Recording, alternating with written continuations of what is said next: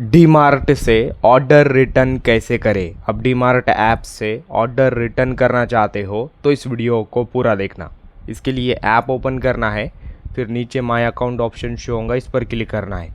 Then फिर यहाँ पर माय ऑर्डर्स ऑप्शन दिखाई देगा, इस पर क्लिक करना है।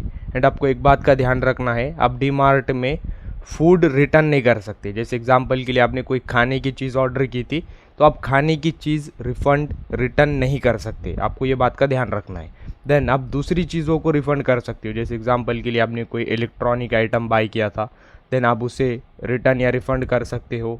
देन आपने कोई शैम्पू मंगाया था या कोई सर्फ मंगाया था या कोई तेल मंगाया था तो आप उसे रिटर्न कर सकते हो। तो आप खाने की चीज़ रिटर्न नहीं कर सकते, इतना आपको ध्यान रखना है। आप खाने की चीज़ रिटर्न कर रहे थे तो आप वो नहीं करोगे।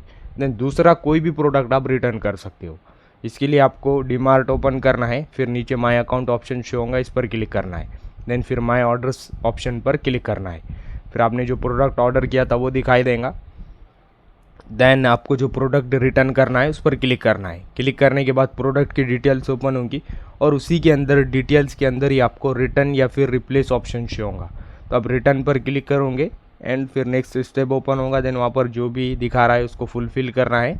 देन ओके कर आप इस तरह से रिटर्न कर सकते हैं। वीडियो इन्फॉर्मेटिव लगा तो लाइक करना।